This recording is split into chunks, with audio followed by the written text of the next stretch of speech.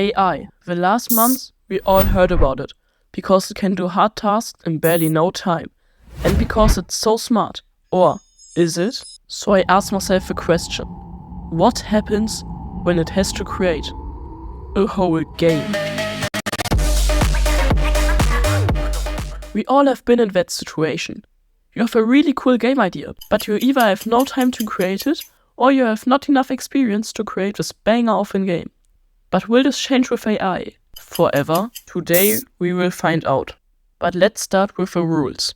The game idea has to be by AI, as well as creating the assets like sound effects and images.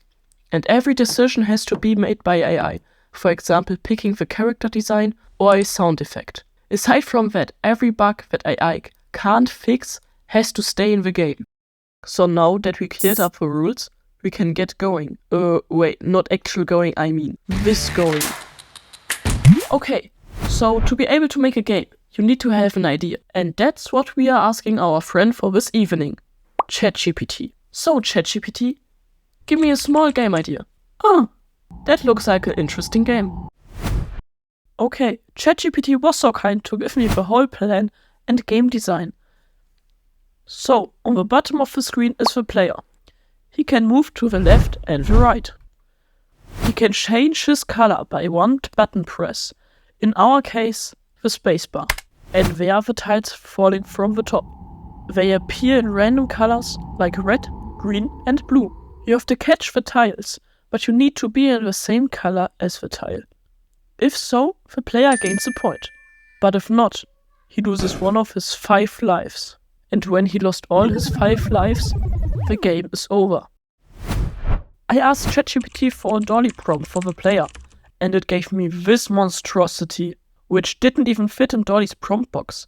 So we had to shorten it. That's much better. But there are 4 images, so we have to ask ChatGPT to pick one.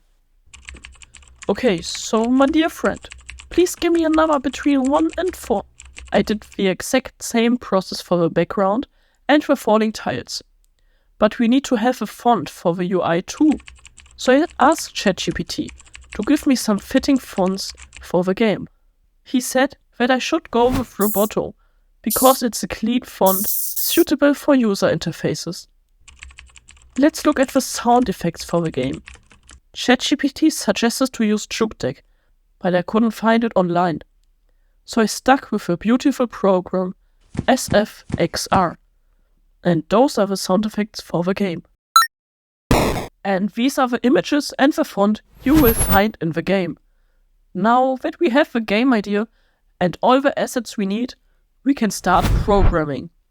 After creating the basics like importing all of the assets, ChatGPT has suggested starting with the player, so let's do that.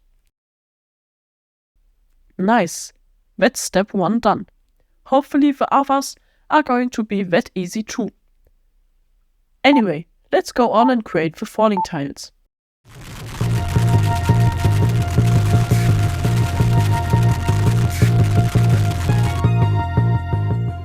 Okay, after hours of work, I finally finished the code for the falling tiles.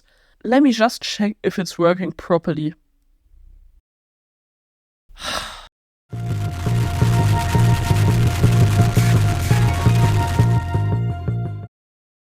Okay, but now it should work.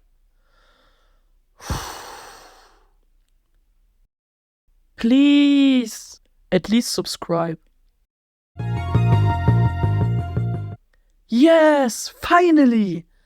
Boah, that one took so long. But there's one thing left. The fear of every programmer. The UI. Yeah, it was actually pretty easy. And this is a finished game. You could play it by yourself too.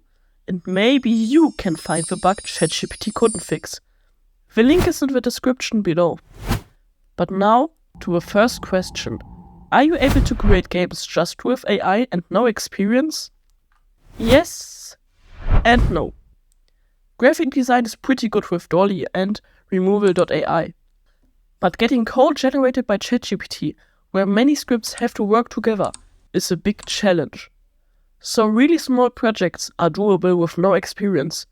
But for slightly bigger ones, even the game in this video, you need to have at least a little bit of experience. But have you done any projects with AI? Let me know in the comments below.